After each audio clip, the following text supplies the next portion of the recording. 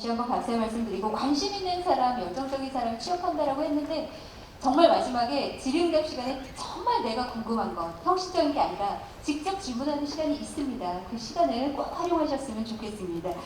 자, 그럼 계속해서 새로운 인재 채용 방법으로 도입이 되고 있지요. NCS, 직무 능력 평가. 이것 때문에 아마 머리 아픈 분들이 많이 계실 겁니다. 잘 활용하면 오히려 나에게 득이 될 수 있을 겁니다. 그래서 이 NCS에 대한 채용 방법에 대해 알아보는 시간을 좀 갖겠습니다. 고용노동부의 백석현 사무관께서 준비해 주셨습니다. 네, 안녕하세요. 고용노동부 백석현 사무관입니다. 반갑습니다. 네, 제가 올해만 들어서 전주를 지금 2번째 옵니다. 지난달에는 전북대학교에 왔었는데요. 전북대학교에서 혹시 저 보신 분 계신가요? 네, 멀리서 고개를 끄덕이시고 손 드신 분들 있는데 뭐 드리는 거 없습니다. 네. 전북대에 갔을 때는 여기 전북대 학생이 계실지는 모르겠지만 그때까지만 해도 아직 좀 NCS 채용에 대해서 조금 피부로 와닿지 않으셨는지 이렇게 많은 분들이 오지는 않으셨었는데 오늘은 또 NCS 채용 때문에 온 건 아니시겠지만 많은 분들이 오셔서 제가 좀 더 열정적으로 강의를 해야 되지 않을까 싶은 생각이 듭니다. 강의를 시작하기 앞서서 좀 제가 대학교 설명회 갈 때마다 하는 얘기인데요. 제가 혹시 몇 살처럼 보이시나요? 20살 했다가 제가 뭐 커피라도 한잔 사드려요. 제가 지금 만으로 29입니다. 네. 별로 안 웃으시네요. 딴 대학교에서는 엄청 빵 터지시던데. 제가 이 말씀을 드리는 이유는 제가 1월부터 NCS 채용 때문에 여러분들도 많이 혼란스러워 하셨겠지만 저도 굉장히 좀 파생된 업무가 많아서 고생을 진짜 많이 했습니다. 1월 달에는 대상포진도 제가 걸려서 정말 대상포진 걸리신 분 계신가요? 걸려보신 분? 정말 아픕니다. 근데 그 아픈 와중에 인터넷에서 댓글을 봤는데 그 수많은 악플 중에 어떤 분께서 나이 많은 사람들이 공무원들이 탁상에 앉아가지고 뭐 제대로 현실은 제대로 알지도 못하고 뭐 이렇게 정책을 만드는 거 아니냐 그런 얘기를 하시는데 제가 나이를 말씀드린 이유가 저를 비롯해서 젊은 분들이 같이 모여서 만들고 있고 열심히 그 혼란을 느끼지 않도록 최대한 좀 정교하게 좀 설계하고자 하는 노력을 하고 있어요. 그래서 너무 그렇게 조금 혼란스러운 건 어쩔 수 없겠죠. 사실은 채용 제도가 새롭게 바뀌는 것이기 때문에 저희가 뭐 전혀 혼란스럽지 않은 제도라고 뭐 거짓말을 할 수는 없을 것 같아요. 그래서 항상 그렇게 좀 혼란스러우실 때마다 제 얼굴을 생각하시면서 고생 많이 하겠다 이런 좀 생각을 좀 해주십사 하는 바람에서 이런 좀 우스갯소리 아닌 우스갯소리를 했습니다. 혹시 NCS 들어보신 분 계신가요? 예, 많이들 알고 계십니다. 대학마다 조금 편차가 있는데 오늘 전북대 학생분들은 많이들 알고 계신 것 같습니다. NCS라는 게 갑자기 올해 뚝딱 나타나서 이거 가지고 또 채용까지 한다. 이렇게 이해를 해주시는 분들이 계실 것 같은데 그렇지 않다는 점 오늘 좀 설명을 드리고 그러다 보니까 학생분들께서 그러면 새롭게 채용제도가 NCS 기반으로 바뀐다고 하는데 나 지금 4학년이다. 나 졸업하고 지금 취업준비생이다. 어떻게 준비해야 되냐? 라는 것을 제가 오늘은 좀 방향 정도만 간단히 소개를 해드릴 거고요. 마지막에 소개해드리는 사이트에 들어와서 좀 더 많은 정보를 얻어가시면 될 것 같습니다. 저한테 주어진 시간이 20분밖에 없고 앞에서 좀 사고로 인해서 좀 늦어졌기 때문에 최대한 좀 깊게 설명드리지 못하는 점에 대해서는 좀 양해를 부탁드리겠습니다.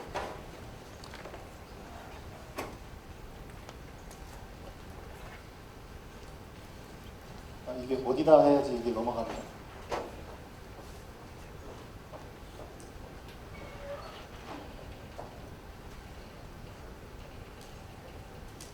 오늘 장비가 메르스에 걸렸는지 잘 작동을 안 하네요. 제가 어제 뉴스를 보니까 오늘 저도 오면서 이렇게 대규모로 하는 행사에 메르스 때문에 좀 걱정을 많이 했습니다. 많이 안 오실지 국토교통부에서 열심히 준비해 주셨는데 좋은 자리임에도 불구하고 많이 안 오실 것 같아서 걱정을 했습니다. 어제 제가 뉴스를 봤는데요. 오늘도 마스크 쓰신 분들이 좀 계신데 마스크 별로 소용없다고 하더라고요. 그러니까 마스크를 쓰고 이제 밖에서 혹시나 거기 바이러스가 묻으면 그 집에 들어간다든지 어디 실내에 들어갈 때 그걸 버려야 된대요. 그걸 갖고 들어가면 결국 바이러스를 갖고 들어가는 거고 내가 이걸 썼다가 주머니에 넣었다가 또 쓰고 하면 결국 아무 소용이 없다. 이런 얘기를 하더라고요. 그래서 언론에서 너무 좀 공포감을 확대하는 그런 부분들이 없지 않아 있는 것 같은데 손발을 잘 씻고 이렇게 이렇게 손발을 너무 이쪽으로 가까이 안 갖다 대는 것만으로도 좀 많은 예방을 할 수 있다고 하니까요. 너무 걱정하지 않으셨으면 좋겠습니다. 장비가 안 돌아오는 관계로 일단 강의를 시작을 하겠습니다. NCS를 설명드리기 앞서서 NCS가 왜 개발됐는지부터 간단히 설명을 드리자면요. 기존의 채용 제도는 어땠을까요? 여러분 취업 9대 스펙 많이 들어보셨죠? 네. 그래서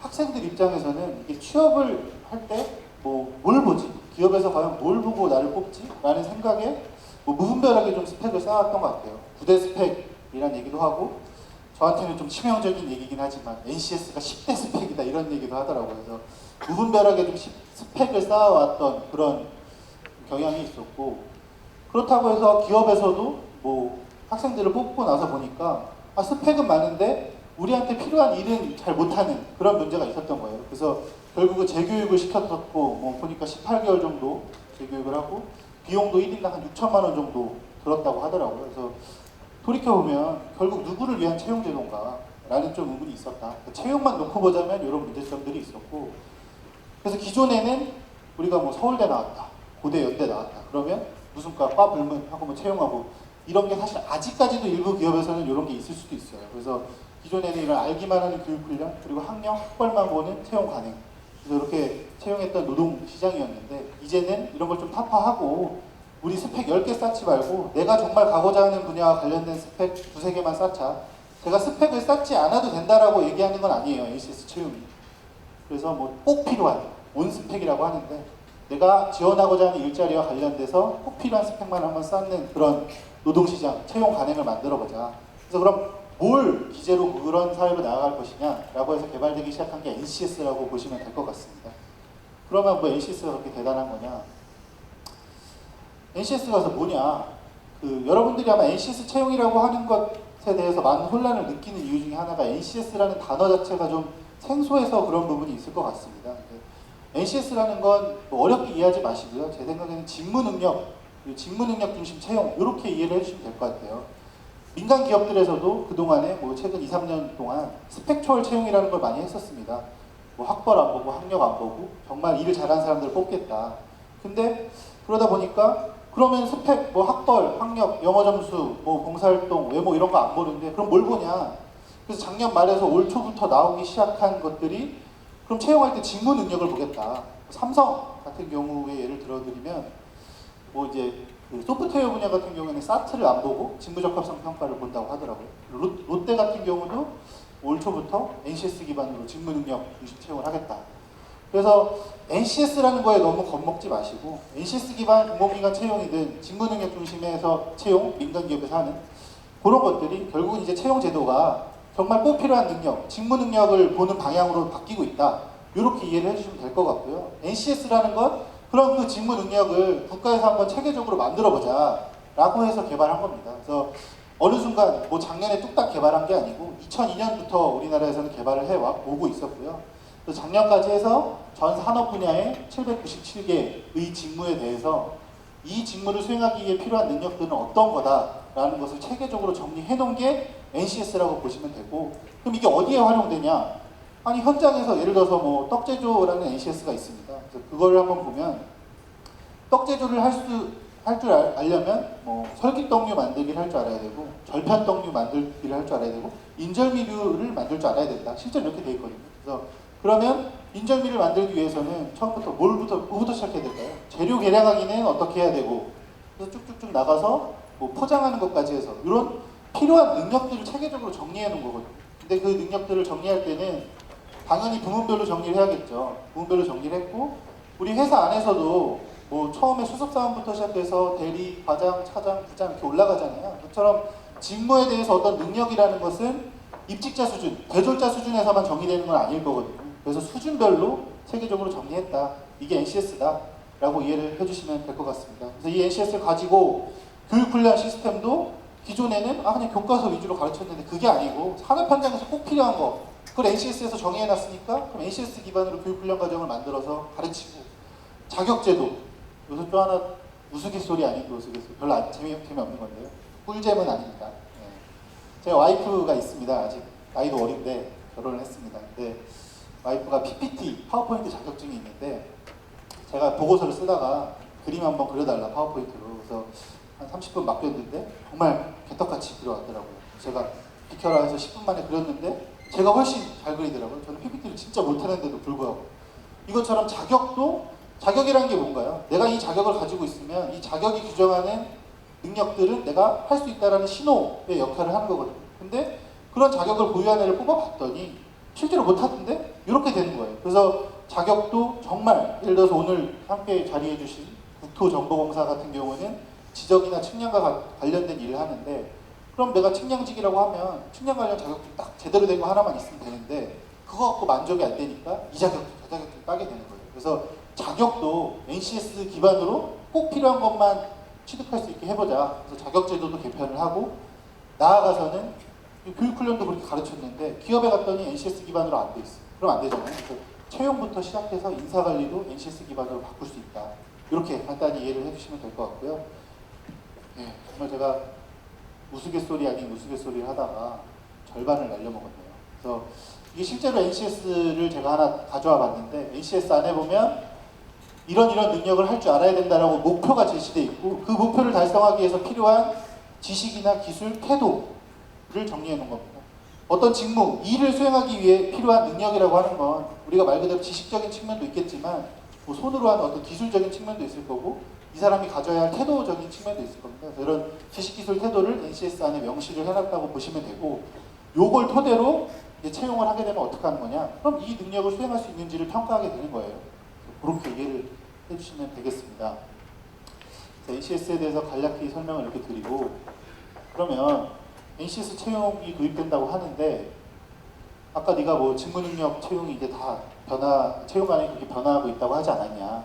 그럼 NCS에서의 능력이라는 건 뭘 의미하냐? 첫 번째, 제가 방금 말씀드렸죠. 직무, 일자리를 수행하기 위해 필요한 능력, 지식, 기술, 태도 이런 것들을 직무 수행 능력이라고 할 거예요. 근데 이것만 가지고 일하는 사람이 과연 일을 잘하는 사람일까요? 저도 이제 한 3, 4년 일을 했는데 뭐 보고서만 잘 쓴다고 일 잘하는 거 아니잖아요. 민원인한테 의사소통도 잘해야 되고 과장님, 국장님한테 보고도 잘해야 되고 어떤 자료를 봤을 때 빨리빨리 처리해서 어떤 정보 처리 능력도 좋아야 되고 뭐 이런 것들 직업인으로서 갖춰야 돼요. 직무와 어떻게 보면 크게 연관없는 직업인이 갖춰야 할 공통 역량 이걸 NCS에서는 직업기초 능력이라고 하거든요. 용어가 어렵죠. 그래서 오늘 다 이걸 머리에 외워가야 된다고 생각하지 마시고 편하게 들으시면 돼요. 기존의 그 시험과 비교하면 아마 인적성 검사가 유사할 거예요. 수리 영역, 언어 추리 이런 것들을 NCS에서도 직업기초 능력이라고 해서 평가를 하게 된다. 그래서 요 두 가지 능력을 가지고 뭐 서류나 필기, 면접 전형에서 이제 평가를 하게 되고 그게 이제 NCS 기반 채용이다라고 이해를 해주시면 될 것 같습니다. 요거 한 가지 설명드릴게요. NCS 기반 채용이라고 하니까 제가 지금까지 좀 설명을 드려서 감을 잡으신 분들도 계시겠지만 많은 분들이 그런 질문을 많이 해주셨어요. 그러면 기존에는 서류, 필기, 면접인데 여기서 뭐 NCS라는 어떤 시험을 하나 보는 게 추가가 되는 거냐? 그건 아닙니다. 그렇게 되면 정말 10대 스펙이겠죠. 혹 때려다 혹을 붙인 적이 될 텐데 그건 아니고요. 서류, 필기, 면접 전형에서 제가 한 2, 3분 전에 설명드린 것처럼 NCS 기반으로 직무 능력에 대한 평가 방법을 좀 변화시킨 거다. 그러니까 평가 잣대를 좀 바꿨다. 이렇게 이해를 해주시면 될 것 같습니다. 그리고 한 가지 또 특징적인 게 NCS 기반의 채용 공고문이라는 건데요. 기존에 제가 2011년에 취업을 준비할 때만 해도 채용 공고문 수준이 토익 850점, 뭐 토익 스피킹 몇 등급인가요? 몇 점인가요? 그렇게 돼 있고 뭐 재무직군 땡명, 해외 영업 땡명 이렇게 돼 있었거든요. 그래서 어떻게 보면 되게 불친절한 채용 공고문이었다고 볼 수 있을 것 같아요. 그래서 저도 재경직이 아니고 경제학과를 나왔습니다. 그래서 아무 생각 없이 난 경제학과니까 재무직군 한번 지원해 봐야지. 근데 재무직이 도대체 무슨 일을 하는지 알 수가 없었어요. 그래서 재무직을 가려면 내가 최소한 학교에서 어떤 수업을 들어보면 좋을까? 아니면 어떤 자격증을 따면 좋을까? 이런 거에 대한 감을 잡을 수가 없었거든요. 그래서 미리 취업한 선배한테 물어서 이런 과목을 들으면 좋고 이런 자격증이 있으면 좋고 이렇게 좀 했던 기억이 있는데 이제는 채용 공고문 단계에서 NCS 기반으로 이 재무직군, 해외 영업 직군에서 필요한 능력들은 이런 거다 쪼르륵 써주고 그리고 필요한 자격증은 이런 것들이 있다. 이렇게 해서 미리 이걸 보고 뭐 다른 스펙 준비할 필요 없이 딱 채용 공고문에서 명시하는 능력에 맞게 그 스펙을 좀 쌓으면 된다. 이렇게 이제 채용 공고문이 하나 추가된다고 이해를 해주시면 될 것 같습니다. 그러면 좀 빠르게 각 전형에 대해서 제가 좀 간략히 설명을 드리겠습니다. 채용 공고문은 아까 말씀드린 것처럼 맨 상단에 이게 어떤 NCS에 해당이 되냐라는 걸 명시를 해주고, 아까 앞에서 보신 것처럼 NCS 안에 뭐 구구절절 내용이 엄청 많잖아요. 그래서 그걸 다 담아놓으면 이거 뭐 채용 공고문만 이해하는데 며칠씩 걸릴 거 아니에요. 그래서 기관에서 그 NCS, 저기 위에 명시해놓은 NCS 중에서 우리가 주요 평가하는 능력은 뭐고 주로 보게 되는 자격은 뭐다라는 걸 요약적으로 압축적으로 채용 공고문에 실어 놓게 되는 겁니다. 그래서 요걸 미리 좀 확인을 해보시면 될 것 같고요. 네, 서류 전형은 그럼 어떻게 바뀌냐? 오늘도 최근에 좀 많이 나오는 얘기인 것 같습니다. 첫 번째, 내가 지원하고자 하는 직무와 직무 능력과 필요 없는, 별로 이 지원자를 식별하기 위해서 요구되는 최소한의 정보가 아닌 정보들은 다 이제 삭제를 했습니다. 뭐 키, 몸무게, 가족관계, 취미, 특기, 그렇죠? 그리고 예전에 뭐 보면 보증인까지 쓰게 돼 있었거든요. 그런 거 전혀 없고요. 그래서 최소한의 정보만 입력하게 돼 있고, 학교도 안 적게 돼 있습니다. 이 얘기를 하면은 아마 좀 많이 혼란스러우신 게, 공공기관에서 지역 인재 채용을 하기 때문에 뭐 학교를 아예 안 적게는 안 하고, 지금 저희가 뭐 지역을 적는다든지 이런 식으로 그거는 문제 없게 기존 채용 지침과는 배치되지 않게끔 추진하고 있으니까 그건 걱정하지 않으셔도 좋을 것 같고요. 그리고 이제 두 번째로 교육사항입니다. 기존에는 내가 무슨 전공을 했다, 무슨 학교 나왔다, 석사다, 학사다 이런 거 적게 돼 있는데, 그게 아니고 내가 경영 직군에 지원하면 뭐 이것과 관련된 어떤 수업을 들었다든지 이런 것들을 쓰게끔 돼 있고요. 네. 그리고 두 번째, 세 번째를 같이 말씀드리면, 경력사항이랑 경험을 저희가 나눠놨어요. 경력은 인턴이나 수습처럼 내가 돈을 받고 좀 일했던 그런 경력들을 의미하는 거였고, 경험은 내가 재무직군 가고 싶은데 나 같이 투자 동아리 했었어 라고 하면 그런 것도 어떻게 동아리 활동 같은 것들도 경험에 해당이 되잖아요. 근데 이렇게 나눠놨더니 학생들이 그러면 이거 경력직 뽑겠다는 거 아니냐, 당연히 누가 봐도 경험보다 경력을 우대하겠다는 거 아니냐, 그런 의도가 아니었거든요. 그래서 이걸 옛날 양식이긴 한데 이걸 좀 합쳐서 경력 또는 경험, 직무 관련 경력 또는 경험을 적게 저희가 만들어 놨습니다. 이런 식으로 바뀌고, 또 한 가지가 직무 능력 소개서라고 해서 경험이나 경력을 하면서 내가 어떤 것들을 느꼈다, 어떤 것들을 배울 수 있었다라는 걸 쓰는 칸이거든요. 공무원 시험에는 이미 좀 이렇게 유사하게 좀 도입이 되어 있습니다. 제 기억에 제가 공무원 시험을 준비하면서 한 3번 정도 낙방을 하고, 공무원들이 도대체 무슨 일을 하는지 궁금하다. 그래서 학교랑 어떻게 연계된 프로그램이 있어서 국회 공무원 인턴을 했었습니다. 6주 정도 했었는데, 저도 여기에 이제 우리 NCS 채용으로 따지면 직무능력 소개서라는 그런 곳에 내가 뭐 어디에서 인턴을 했는데 하다 보니 공무원들 예산은 이렇게 돌아가고 뭐 이런 것들을 느낄 수 있었다고 썼더니, 이걸 가지고 면접 전형을 할 때 너 어디서 인턴했다고 하는데 그럼 너 예산은 뭐 어떻게 되고 이거 다 알아? 이런 질문만 받다가 끝났거든요. 그러니까 내 직무 능력을 내가 앞에서 소개를 하고 면접 전형에서 그걸 평가를 받은 거죠. 그래서 똑같은 취지로 도입이 된 거라고 생각을 해주시면 되겠습니다. 그래서 세 번째가 이제 자기소개서. 자기소개서는 예전이랑 아마 크게 달라지진 않았을 것 같고, 요즘 많이 변화하고 있는 자기소개서랑 유사하다고 보시면 될 것 같아요. 옛날에는 뭐 장단선 쓰시오, 성장 배경 쓰시오, 어려웠던 일 쓰시오 이렇게 돼 있었는데, 그게 아니고 기업의 인재상이나 뭐 핵심 가치 이런 것들과 관련해서 좀 소개할 수 있게끔 자기소개서가 좀 바뀌었다라는 내용입니다. 네. 그리고 두 번째가 필기시험입니다. 공공기관이 이제 필기시험을 보잖아요. 이제 대부분의 공공기관에서 전공 필기시험, 뭐 경제학, 행정학 이런 것들을 보는데, 그럼 필기시험은 NCS 기반으로 어떻게 바뀌냐?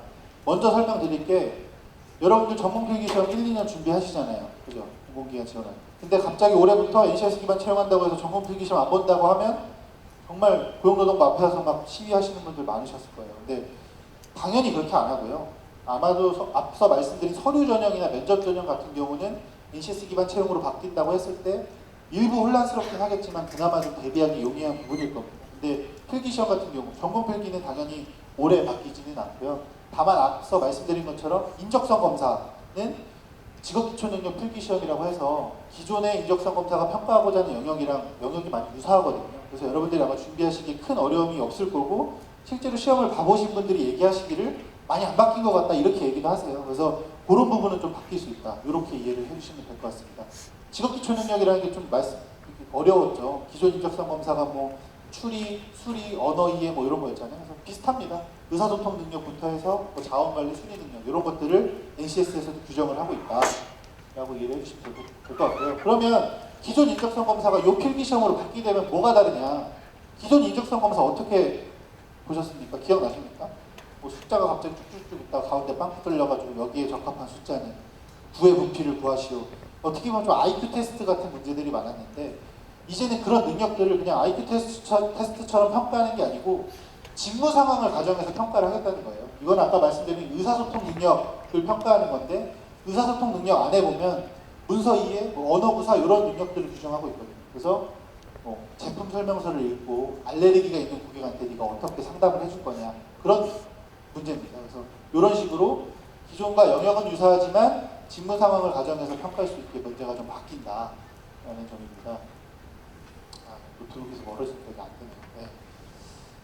네, 그래서 직무 수행 능력 필기시험 같은 경우에는 이런 식으로 아까 앞서 말씀드린 것처럼 NCS 안에 있는 직무 수행 능력과 관련해서 필기시험을 출제하게 됩니다. 다만 이게 적절한 예는 아닌 게 아직 공공기관에서 시행한 예가 없고요.